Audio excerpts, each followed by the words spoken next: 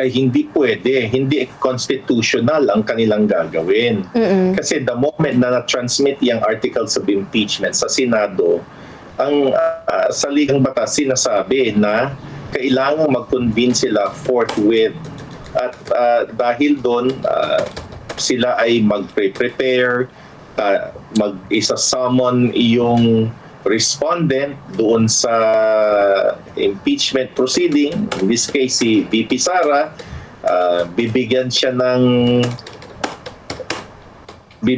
ng karapatan para sagutin yung mga impeachment complaints laban sa kanya.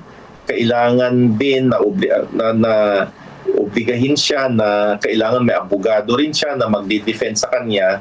At pagkatapos nun, after the issues have been joined, kumbaga, merong pre-trial conference, imamarka yung mga exhibits, ililista yung mga witnesses,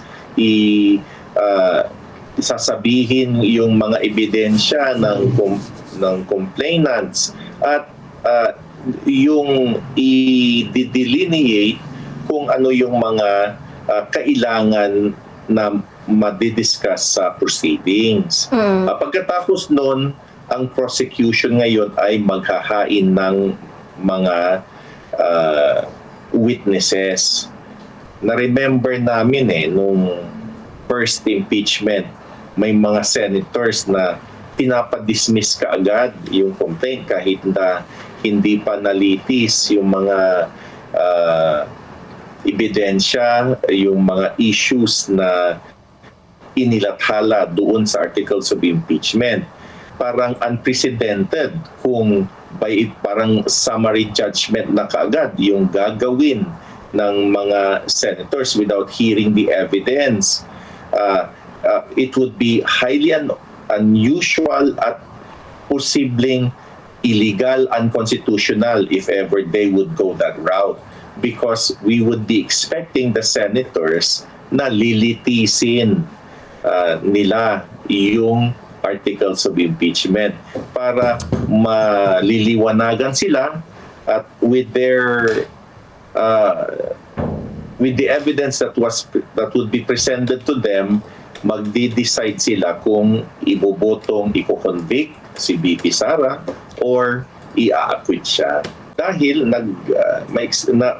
nasabi ni Senator Lacson yun dahil sa kanyang experience, at nakita rin natin na yung mga senators who appear to be politically aligned with the Vice President have immediately sought for the immediate dismissal of the complaint against Sara Duterte.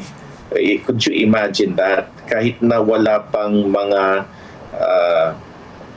mga procedures na na-observe, hindi pa napasagot si VP Sara o napasagot ng paata. Ang gusto ng mga senators, ipa-dismiss ka agad. Parang hindi angkop yun, dahil kailangan muna silang magsisit at an impeachment court bago sila makapag-decide kung i-convict or i-acquit si VP Sara. Kasi ito yung tinatawag na judicial na function ng Senado when it would act as an impeachment court. Hindi yung parang hindi pa sila nakapag-convene tapos biglang